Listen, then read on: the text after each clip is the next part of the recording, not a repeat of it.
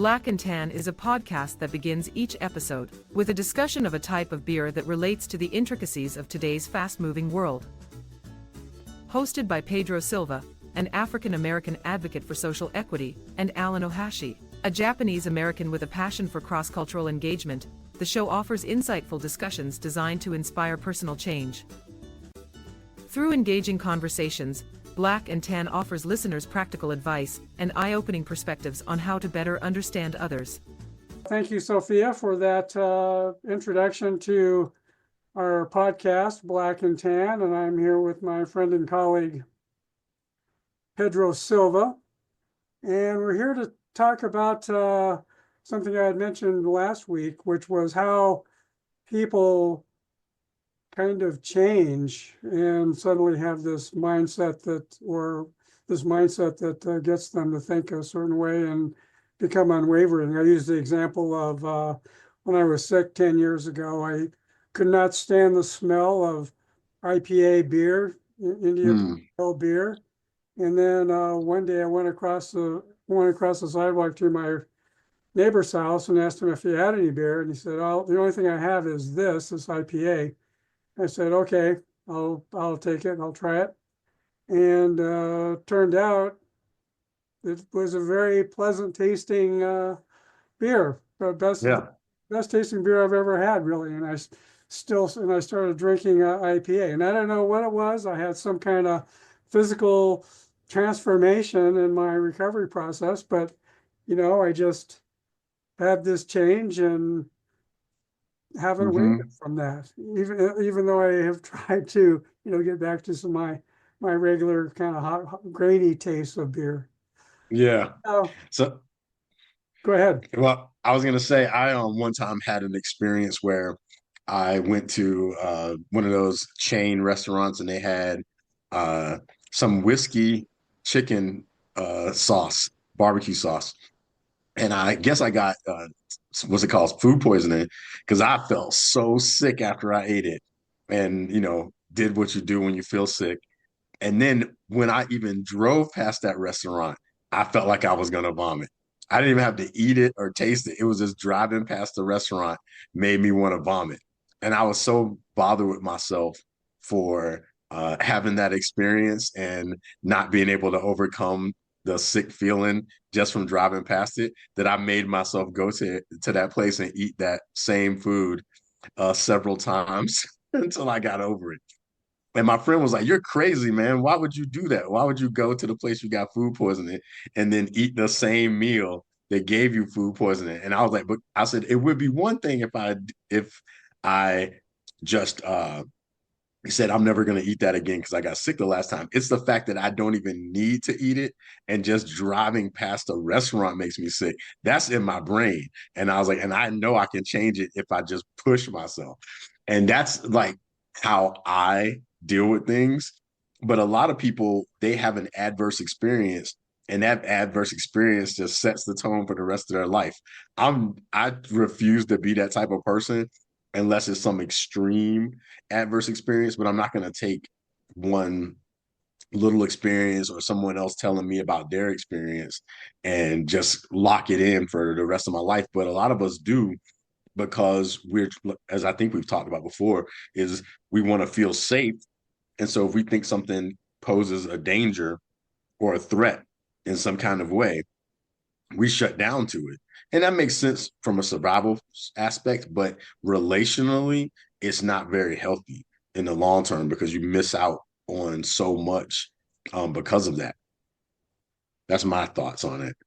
So, I read a blog post or a Substack post of yours where you were talking about how some people kind of get locked in on a certain translation of the Bible, I think was the example. Yeah. You were talking about kind of these physical transformations that we have and how we have to try to get over them.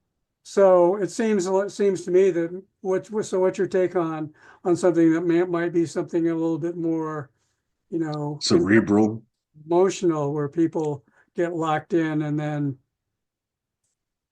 Yeah, I mean, I was raised to believe that the King James version of the Bible is the only authoritative version of the Bible, and that it's without error, God breathed, and all of these different things. And so, you get taught that and you don't know any different. But then, because I've always been a curious person, I would read and learn from other traditions that they thought similar things about their books.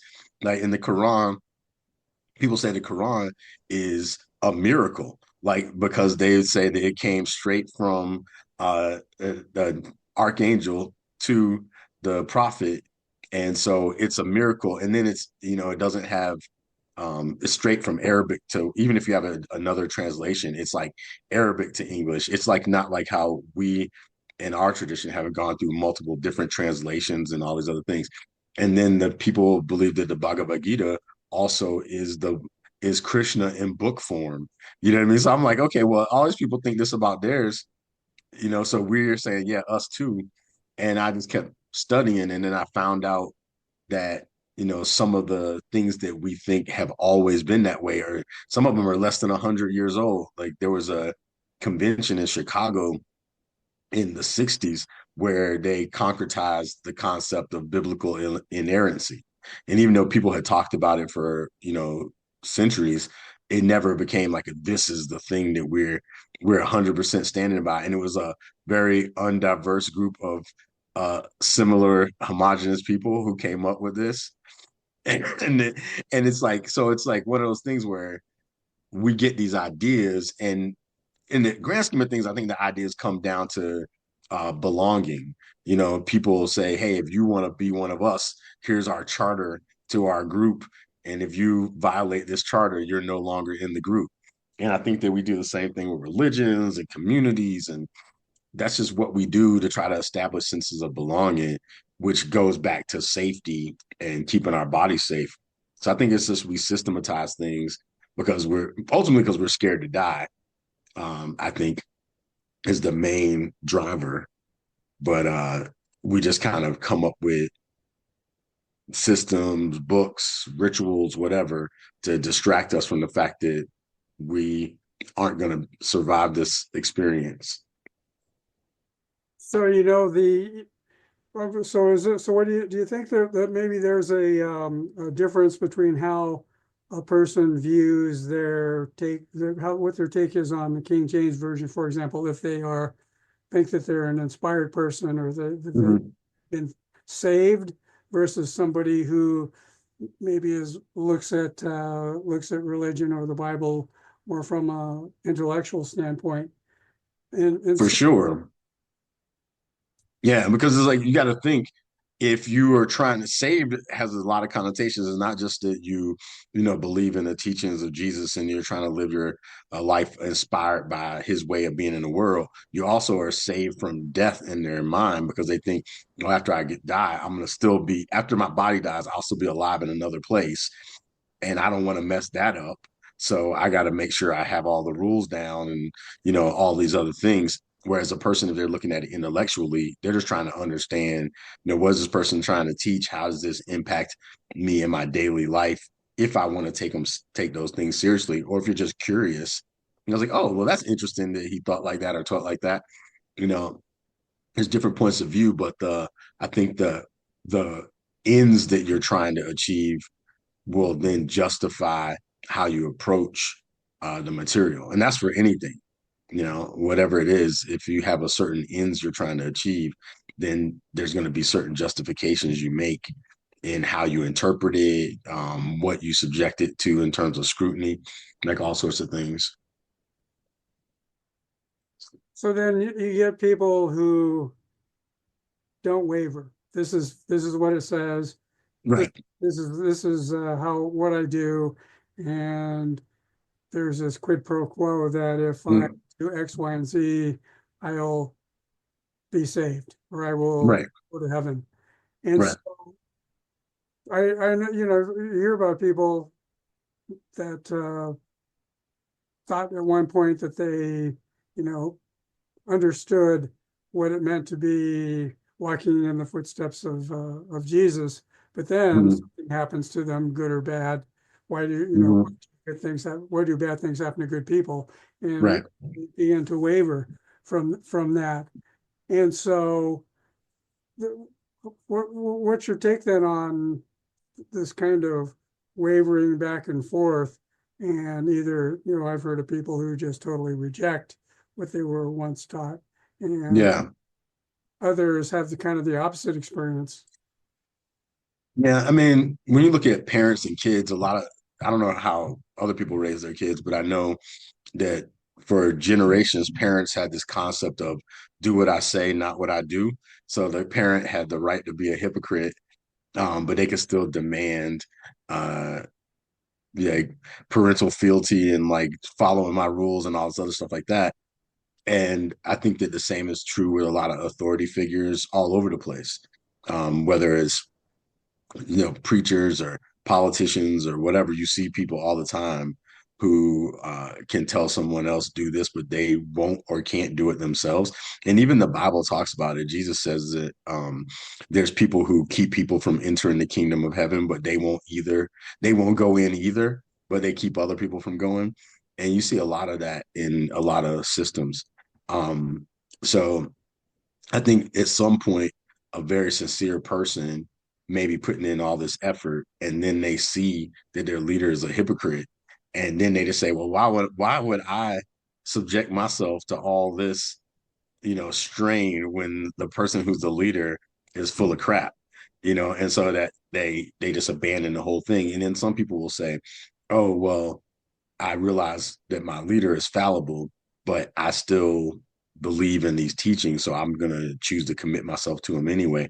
Like myself, I choose to conform to my understanding of the teachings of Christ in how to be a halfway decent human being while dealing with the challenges of being in a human body.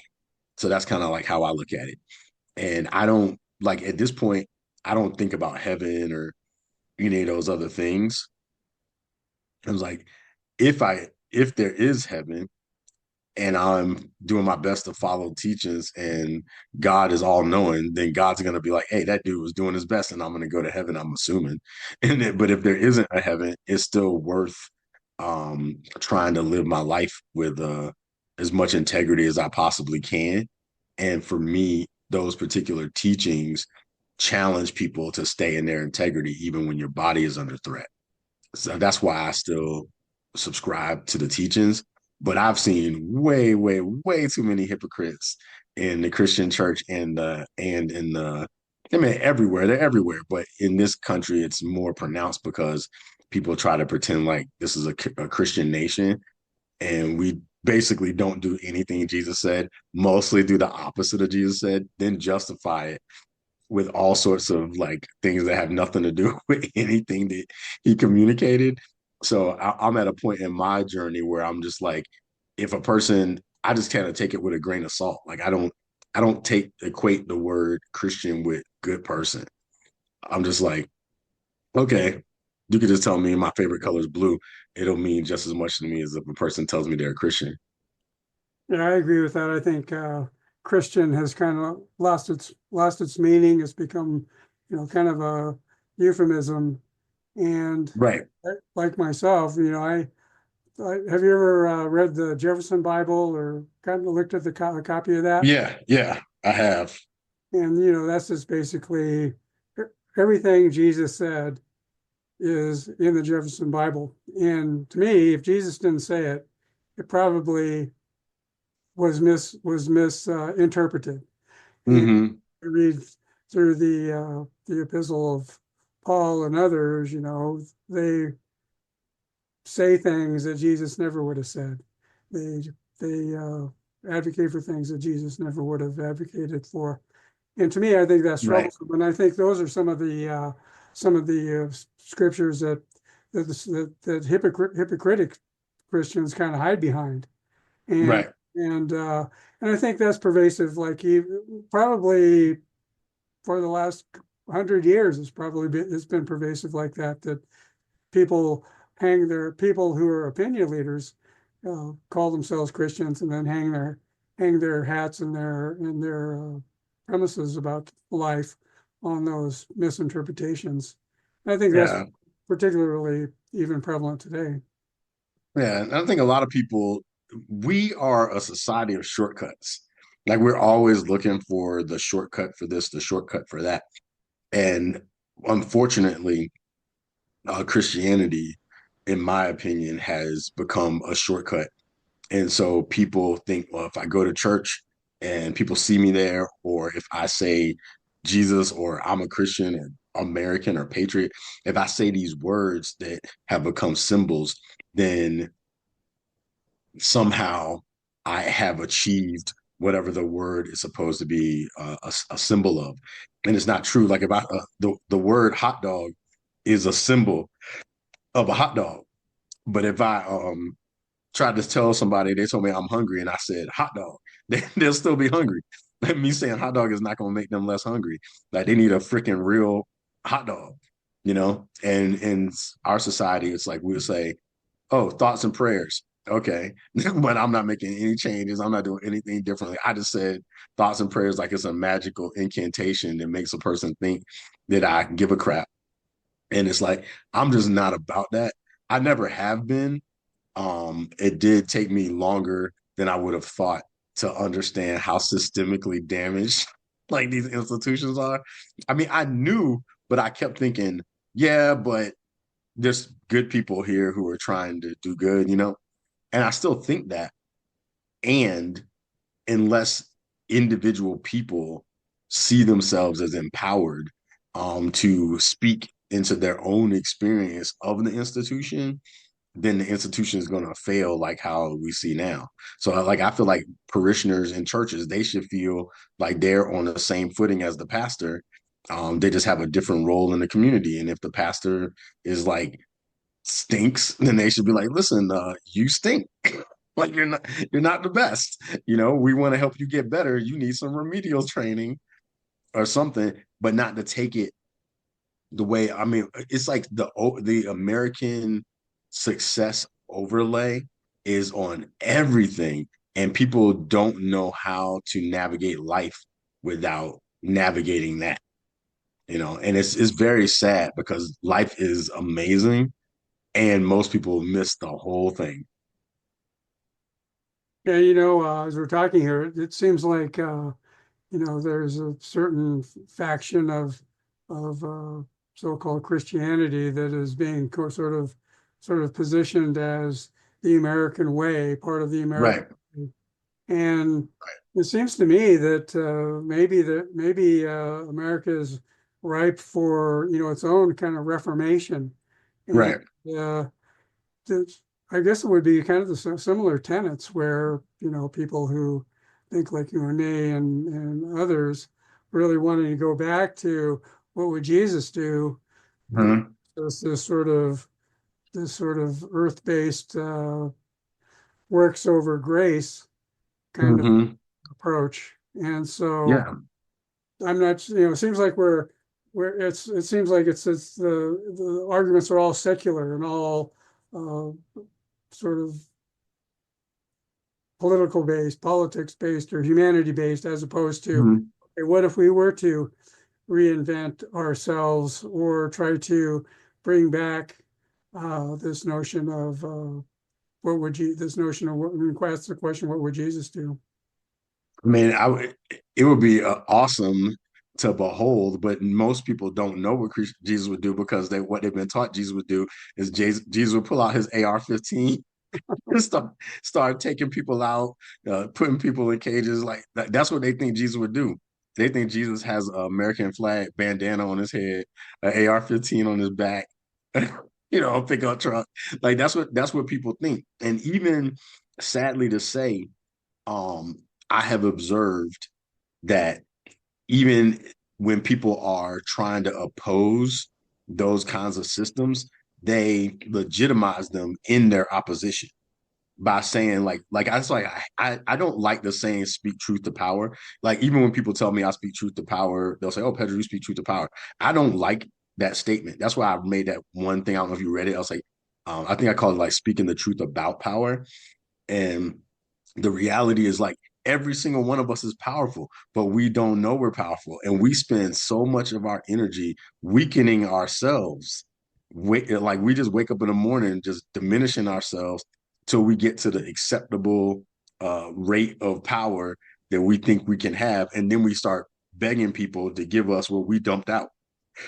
But if we just like knew that we were powerful, knew that we have like relational capacity and could talk to people across differences and find our like interests and our abilities to kind of organize and do good together, we could change everything so fast. But it's like every person, not every person, that's an extreme. Many people don't see themselves as powerful and they think other people are. So they come to these people saying, please give us power. And it's like, and those people say, okay, since you're silly enough to think you're powerless, I'll take advantage of it. And I've, after 5 million years or however long I've been alive, of trying to talk to people and say, hey man, it's not like that. But they're deceived by the upbringing, generational trauma, the education system. It's just like so many things that get piled and piled on top of people's heads that they can't imagine it any other way. And it's exhausting to try to get them to see it differently. And it's exhausting to watch people being uh, abused and then complicit in their own abuse and not even knowing it, because in their efforts to defend themselves, they're also complicit in their own abuse because they burn themselves out, they like exhaust themselves. Then if they have people that's actually, maybe they could be friends or partners, they take out all their crap, because everybody's got a process. They'll take their crap out on the people that's closest to them and want to help them. So like it's like a diminishing uh experience unless everyone agrees on each other's power and helps people build their power and advocate for each other and remind each other of our power. That's what I'm trying to do. Yeah, and I think the American way, which has been pounded into our brains since we're infants, I think that it's kind of good and bad. I think that the rugged individual thing is something that by definition, Americans have individual agency. And Right. I and maybe it's a matter of people sort of understanding that that they do have power. And I think this day and age, even with all the protests and all the boycotts and all the sign waving, at one time I didn't think that that was effective, really. In that how long can you continue to pound the pavement? Mhm. How many Right. chants can you make in the course of a Saturday morning? But Hmm. maybe those kinds of interactions are good, and that people see other people who are of their like mind, and they're maybe Yeah. can get to know people, and Right. maybe that is a way of creating like more like group agency. Hmm. I'm thinking that, well, what if it was, in addition to this sort of earthly stuff, protesting this guy or this, Hmm. whatever, what if, Hmm. uh, figure out how to get that same energy around something that was a little bit more, and something that could be a little bit more internalized, like we're talking about Yeah. spirituality, common goal towards doing good. Yeah, I mean, I think it takes all kinds of efforts, and each effort has its own um, gift and its own potential detriments. So, like, I think I grew up going to like marches and stuff when I was a little kid, and I've been to some as an adult. And I think that sometimes they're good because they build a sense of community. But if there isn't any relational fabric after the fact, it's not too different than going to the same movie at the same time. Like you're in this room with all these people, but you're still by yourself if you're there for your own reasons. And so there's limits there. But then if you build, like I was a part of a protest like a few years back, and I'm still cool with some of the people I met at the protests. But then at the same time, um, like myself, I'm a writer and I get like a buttload. I can't write enough for the stuff that goes through my mind on a day-to-day basis. And if I don't write, I get like almost like it'd be like a person just being constipated. I got to get it out. you know, so I need to create, I need to write. So like I might not go, I may go to a protest sometimes or some kind of rally or candlelight vigil or something. But then I also think that because I do write and I can write in a way that has people at least question some things, I'll think is more effective use of my time to write and distribute that and give people time to sit with ideas and to kind of stew on it a little bit. And that's my way of sometimes protesting is using words. And I'm, crafting them and wrestling with them and stuff like that. And so that's my way, but I can't just do that because sometimes I got to, got to be around people and stuff like that too. So it's like, it's all kinds of ways that I think just kind of work together. So yeah. But the main thing is people knowing they have power, which is not what the institutions want because they try to perpetuate their own existence. And there's no real volition. Institutions are like putting something on automatic pilot.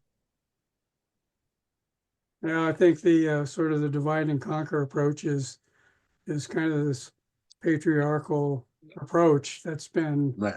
pervasive since, the 17th century, the 16th century in the United States. Mm-hmm. So myself, I would go to a few protests myself and do some quiet protests, but I also am a writer, and I think that with the news cycle as being so instantaneous, something Mm-hmm. thing happens and it's maybe lasts for till the 5 o'clock news, and then it's on to the next whatever it is. Right. That's why I think that artists and writers such as yourself, I write, make movies. I think we have opportunities to really freeze time, Right. and pick out things and kind of ferret out the information or give a perspective about things. And so, and I don't think I think maybe there's even too much of that that's even happening. And so how do we sort out, the Pedros from the Allens and the Anderson Coopers who does a podcast too, all these other Right. podcasts who, the thing is I don't know how many, we get like 20 people or 30 people to listen to us. Mm-hmm. Right. So CNN has podcasts for all their people. NBC News has podcasts for Mm-hmm. all their people. And so Right. it seems like it's just frustrating to me that, the intelligentsia or the elites still have a better chance of getting the perspectives out there, which oftentimes just kind of ferret or kind of perpetuate the perspectives of the status quo. Right. Yeah, I mean, it goes to followership. I mean, a lot of us don't know. Everybody wants to be leaders, which is not going to be reality. And at the same time, no one wants to follow. So, but at the same time, no one wants to make decisions. So you just get people just going along, like going along with the crowd while telling themselves that they're making their own choice. And I 100% know that is not true. And most people, are sad to say, most people cannot make choices because they're afraid of the consequences and the outcomes of those choices. And so instead of doing that, they kind of go by popular consensus. And then it's like, well, if everybody's doing this, then no one can blame me for whatever. And that's just like, and it just depends on who's your everybody. And many people are like that. Like, just like when kids are little and their parents are like, oh, why'd you do that? Well, everybody was doing it. Like, everybody was doing it is like the number one excuse of most human beings when they try to justify the actions that they take. And even when they want to be strong, like all these like alpha male dudes who are not alpha male at all. Like, they might be able to beat me up because I'm small, but I know and they know they are weaklings. Like, they know they're weaklings, like, because they can't make decisions. Like, they need somebody to justify their existence and all this other stuff like that. And they can't make their own decisions, but they lie to themselves that they're making their own decisions. But I've been in the face of several of these weak people. And like I've said to them, like, man, dude, I've told like one dude, I got in a situation with a dude some years back, who was trying to be Mr. Alpha male guy, and he grabbed me by my throat, and he was like 6'4" and way bigger than me, and he had his hand around my throat, and I just looked at him while his hand was on my throat, and I said, "Oh, you think you strong? You think you bad?" And I was just like, and I just told him, I said, "Look at you, man. You're 6'4". I'm 5'4". Of course you can kick my ass. Like this is indisputable, but you're still a bitch." You know what I mean? And then he didn't even know what to do about it because I was like, because he was just like, "Why is this little guy like not scared of me?" But it was like it wasn't that I didn't feel scared of him. I felt like he was pathetic. Like I felt like he was a pathetic, like loser weakling who, because his body was big, he thought that it made him strong, but he actually was one of the weakest people I ever knew. And I said something way worse when when I got in a situation where I said something way worse to this dude that I won't say on here, but I said something I got almost got in trouble when I was in the military. This is when I was in the military, and I almost got in trouble because I was like, I would not back down from my position, and they threatened me like to kick me out and all this other stuff like that. And I still was like, I don't care. And then eventually they left me alone because they were like, I don't know what's going on with this guy. I don't know what's going on with this little dude, but he is not backing down like a little pit bull. And the guy, the sergeant in charge, he actually apologized to me and said, he's like, Silva, you know, I got to tell you, man, you're a man, Silva. And I said, oh, okay, thanks. But I think he thought because I was a little dude that I was like, going to be like a little pushover person. But my mom is smaller than me, and my mom was never that way. So I kind of got my mom's juice in my little body. Uh, anyway, tangent. So that was your David and Goliath moment.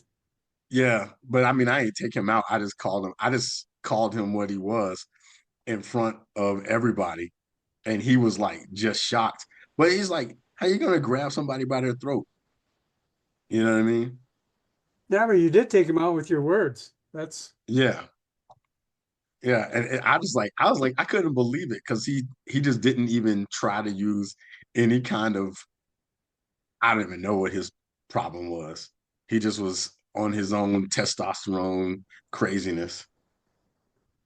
so we started out our conversation about tone and how we kind of get tunnel vision when we get certain perspectives in our head. And I think we've kind of talked about some ways to maybe unwind those Right. those those thoughts. But it's I think we're back to the point of how do we perpetuate it, or how do we if we I think we have our agency doing this little podcast and Yeah. writing our blog posts and all that sort of thing. Right. But on one level, it's kind of a helpless feeling that we get our thoughts out there. But how do we? What would be the next step for trying to unwind this? Do you think? Well, I mean, in the grand scheme of things, these are seeds, right? And you never know what seeds are going to grow. I one time did a sermon. You ever seen those trees that grow out of rocks? Like you'll be in the forest or whatever, and you'll see like, what in the world? How is this tree? Yeah, there's one between on I-80 between Laramie and Cheyenne. So the way that works is I studied it for my sermon. So what happens is you get one seed that falls into a little crack in the in a rock or something like that, small little thing, and it gets a little water, some dust or whatever, not enough for it to actually take root. So it'll spurt a little bit, then it'll die. But then later, some other seed falls in the same spot. Same thing happens, but now that second seed has some of the nutrients from the old seed that already died there. And then it happens again and again and again, and then rain keeps falling, and weathering keeps happening and the cracks get a little deeper and a little bit of the nutrients get into the cracks of the rock until eventually one of those seeds lands in the same spot where maybe 10,000 seeds before that landed. And it takes root and uses the nutrients from all those other dead seeds that fell before it. And then it starts to creep in because some of that nutrients made it into the rock. So then the roots start getting through the rocks.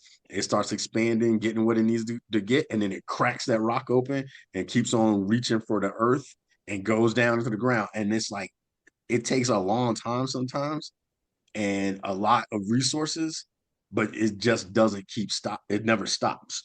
And then eventually it does what it does. And like, to me, that's my energy. That's like who I try to be, is that kind of person where I'm just going to keep going and going and going. And then maybe one of my seeds will be the one that breaks through the rock and takes root and does what it has to do. But I know that this system is a rock. The system is a mountain. It's a beast.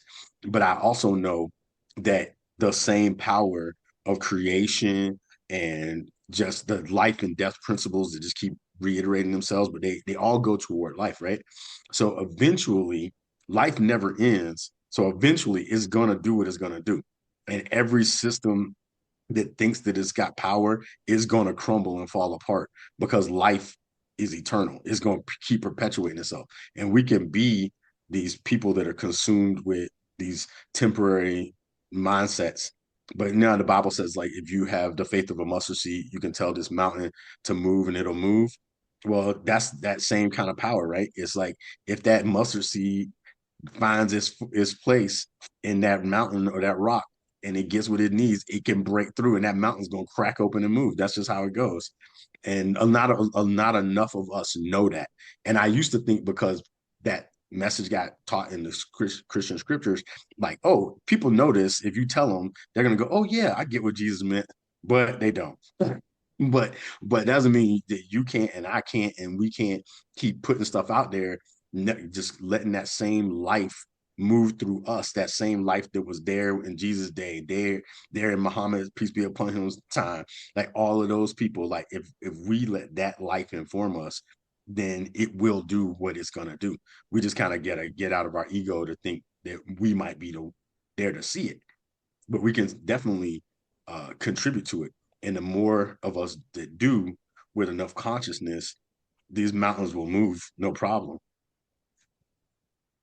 Now that's it's a good segue to our ending, and I'm thinking that our next episode, the 5th episode, maybe we can talk a little bit about